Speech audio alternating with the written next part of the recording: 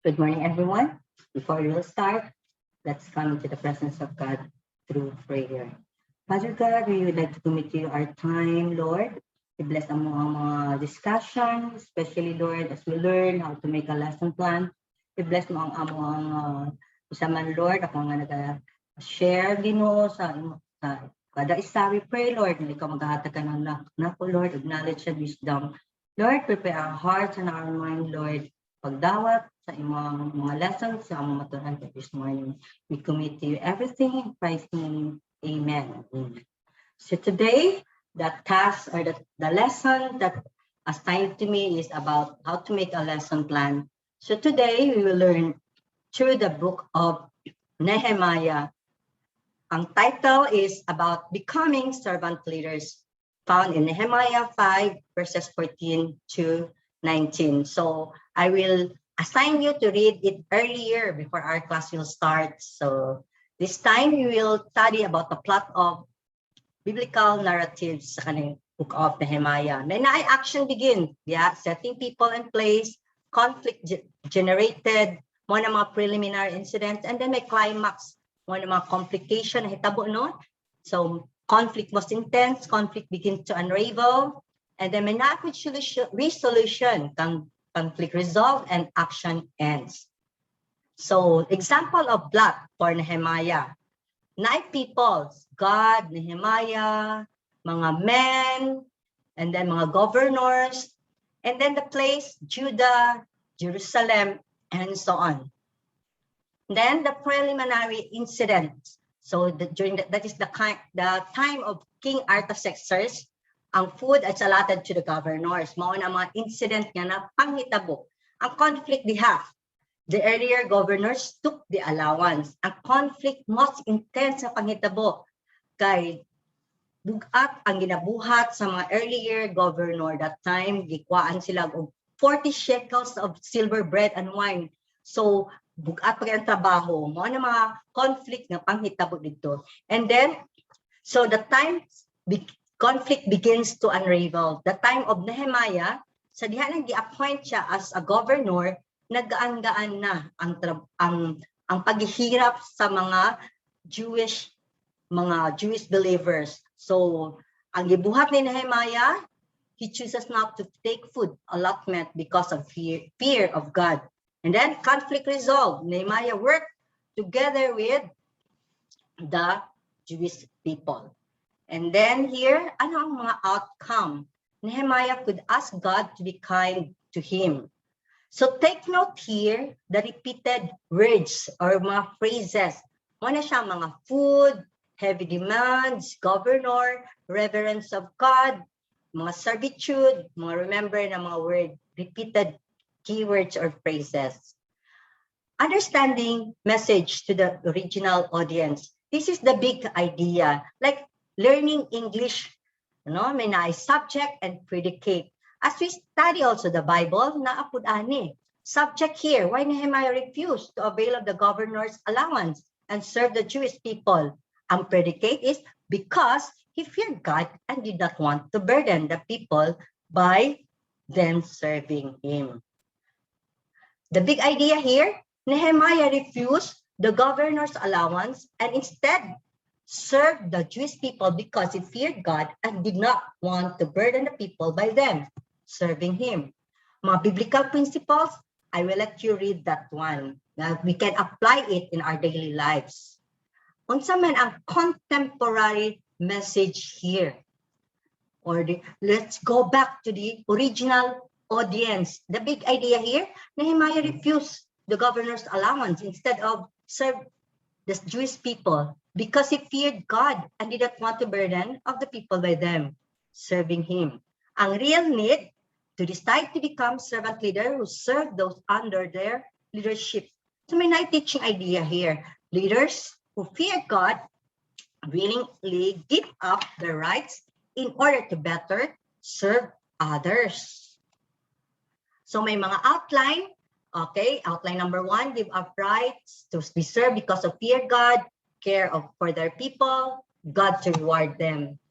One yung mga felt needs, so that refer to the hope Go back to your contemporary audience. Mo nang giingon sa ato ang teacher no a while ago nga sa ato ang mga always kung mag-study ta sa Word of God, go back to the original audience. Ang felt need dinhi to become effective leaders that God can use.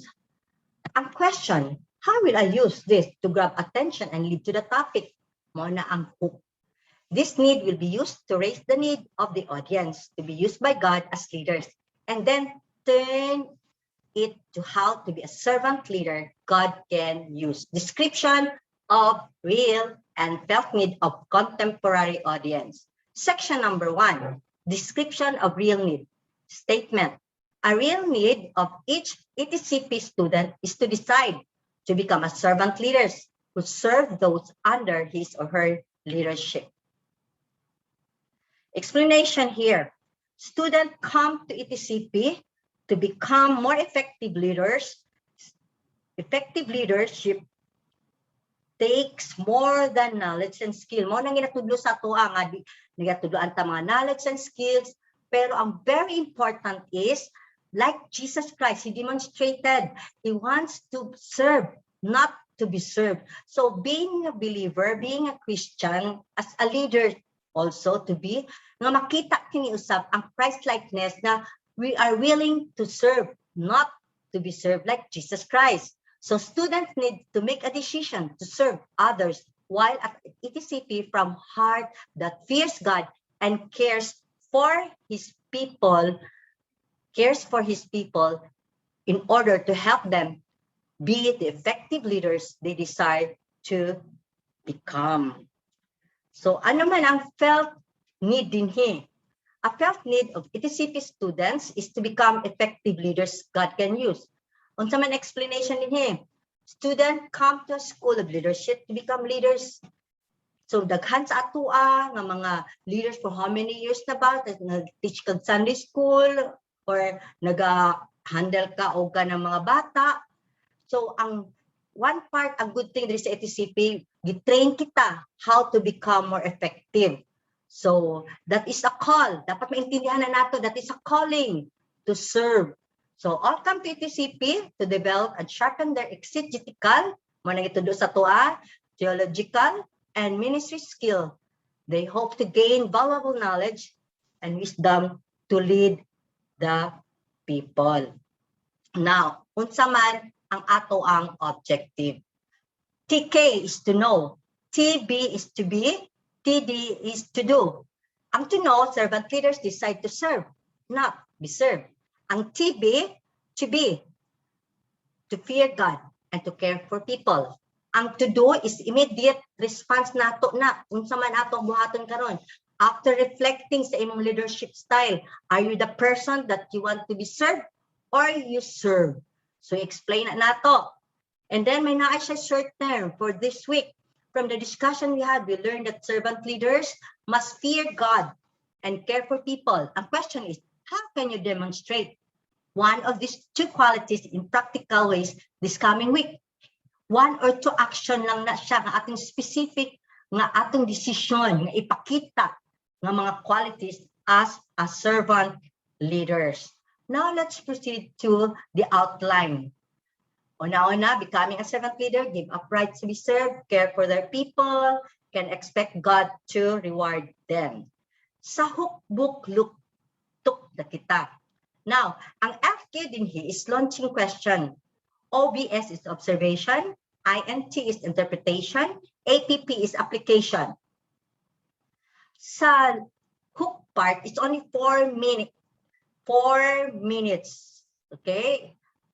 So makita nato din here, ETCP motto is building leaders for transformation.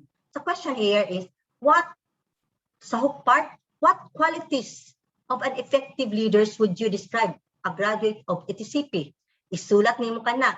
Given answers na diya sa baba, kung unsa man ang nag-come up sa imong mind as a graduate of ETCP, what kind of servant leader are you? Choose one of the things you listed and share with the group. Transition to book. Today, we will study Nehemiah 5:14 to 19 and see what made Nehemiah an effective leader. At the end, we will look at our list and see if we have listed a quality that Nehemiah exhibits in this passage. So ang book part is only 20 minutes. So take note in a guided discussion. So ang amount of material that can be discovered is limited lang. So that the leader must choose unsa ang priority sa kaning content for discussion. So in order to allow for more time in the text, providing the background, importante ang background. So I will show you the background of the book of Nehemiah. This is the background of the book of Nehemiah. This passage is Nehemiah's reflection of his 12 years as a governor. It is appropriately inserted in the story during the construction of the wall. So pagka nakadunggatag ni Nehemiah, one thing that comes up in our mind is rebuilding the wall. So today, we will look at Nehemiah 5:14-19 and discover some truths on how to become a servant leader. So, tanaw na ito ang mga outline again, no? So, ang LQ again, launching question, observation. Ang observation din here is, what are some of the differences between Nehemiah and the earlier governors in verses 14-15? Sa una, during that earlier time or governors, ginakuha nila ang ilang mga allotment. But during the time of Nehemiah, wala na. Kaya nga naman, ang iya is to care for people, he loved the people, he understand the people. Mo na yung ginabuhat. Now, another interpretation. In your own opinion, was the governor's food allotment a legal right of the governors? Why or why not? Legal ka na igsuon, right ka na. But si Nehemiah, wala niya tagikuha ang iyang allotment as a governor. He did not abuse his authority. Pero naa siya freedom to use it. Na at sa verses 14-15. Now, launching question observation here, OBS. So according to verse 15, why did Nehemiah give up his right to the governor's allowance? Because of his fear of God. Wow. Pagkanindot. My interpretation here. Why do you think reverence to God would prompt him to give up his right? Because Nehemiah had a reverence and healthy fear of God. He knew he would be held accountable to God, not just to men. Thus, he behaved in a godly manner toward the people. PQ means it's principle question, that is interpretation here. What are some principles we can learn from these verses about leadership? So servant leaders, give up their right. Servant leaders, reverence to God. Servant leaders, give up their rights because of reverence to God. Now, summary number 1. Servant leaders give up the right to be served because they fear God. Observation here, launching question, observation. What are some of the things Nehemiah did to serve the people in verses 16-18? Muna na, makita ninyo kung unsa yang gibuhat as a leader. Paano niya gipakita nga nag-serve siya sa mga tao. Basahon niya na lang ninyo. Observation again, according to verse 18. Why did Nehemiah to take the governor's allowance in spite of all he was doing for the people? Nga wala man to niya gikuha ang katong governor's allowance intended for him. Para sa iya is bugat na para sa mga tao, mangurakot ka pa. Di na kaya sa mga tao pagkaluoy, no? Nangurakot na during that time pa sa unang panahon. Now, launching question here. Interpretation. What values or attitudes do you think Nehemiah exhibited by being aware of the difficulties of those he ruled over? He should care, concern, love, and understanding. Naanapod tayo principle question here, interpretation. What are some principles we can learn from verses 16-18 about servant leadership? Servant leaders know and understand the condition of their people. Nga kinahanglan, kabalo ka, kana imong kinahanglan na siya prayer, kinahanglan na siya somebody nga maminaw sa iyaha. Mo nang gibuhat ni Nehemiah. Wow. Servant leaders love and care for their people. Summary number 2. Servant leaders care for their people. Servant leaders care for their people. Observation, launching question here. What are some things Nehemiah wanted God to remember him for in verse 19? Ang isa lang kabutang, remember him for doing good. Remember what he had done for the people.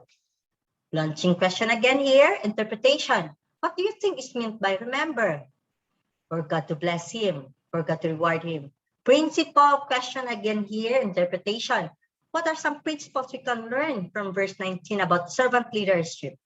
Servant leaders can ask God to remember them for good they have done to those under their care. Servant leaders can expect God to reward him. Summary number 3, servant leaders can expect God to remember them favorably. God surely will reward our labor. So take note, use the words and thoughts, mas matingala na mo din sa outline, no? Gamiton na nimo ang thoughts of your member, not exact words of our outline sa previous. So servant leaders give up the right to be served because they fear God. Servant leaders decide to serve because they care for people. The third one is servant leaders can expect God to remember them favorably. Sa look part, take note, just only 10 minutes. So, application here, what are some ways we as leaders can misuse our authority? Nag-take advantage na sa authority nga gihatag and rights. So here, kamo na lang magbasa ana isa-isa, no? Kanang mga na-misuse nga mga authority nga gigamit nga being a leader. So application here. Launching question. If we as leaders truly live with a holy reverence of God, what are some changes na kinahanglan nato nga baghon sa ato life to lead the people? So just read it. And then, launching question again here for application. What are some specific acts of service we as leaders can do to exhibit our care for those we lead? So kindly read that again. Katong mga dapat natong buhaton as leaders nga ipakita sa pagtudlo nato na sincerity. So basahon na lang na ninyo. In summary, sa ning two part, as leaders, we need to decide to serve, not be served. That is to know. Let's look now at how each of us can make a decision to serve others. So, two part, that is a summary of truths. We have discovered from Nehemiah that as servant leaders, we should give up our rights to be served because we fear God, and we must decide to serve because we care for people. When we truly do these things, we can expect God to reward us in heaven. So take note, it's only for 6 minutes ang two part. So that is immediate response nato, no? Let's take time now to reflect on our leadership lifestyle. Katong sa atong sa buhaton sa church, sa leader, as a teacher, nagatulutag sa Sunday school, are you a person nga serbisyuhan or ikaw nag-serve? Short-term na action. To become a servant leader, one must fear God and care for people. Paano ni mo ipakita na ang kahadlok mo sa Ginoo at pag-atiman mo sa mga tao? So karon si Manaha, after learning this topic, hopefully mag-list down kag 1 or 2 actions to a specific group or individual that demonstrate the quality of a servant leader. In conclusion, when we decide to serve others and not be served, God will bless us in His timing.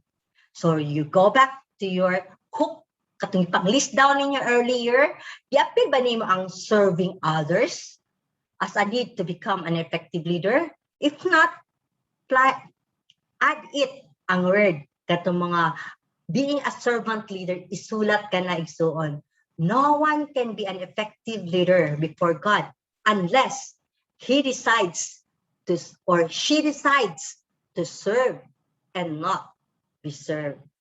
I hope na sa ato ang mga buluhaton, always na sa atong una-una to fear God and we have care to the people. God bless us all.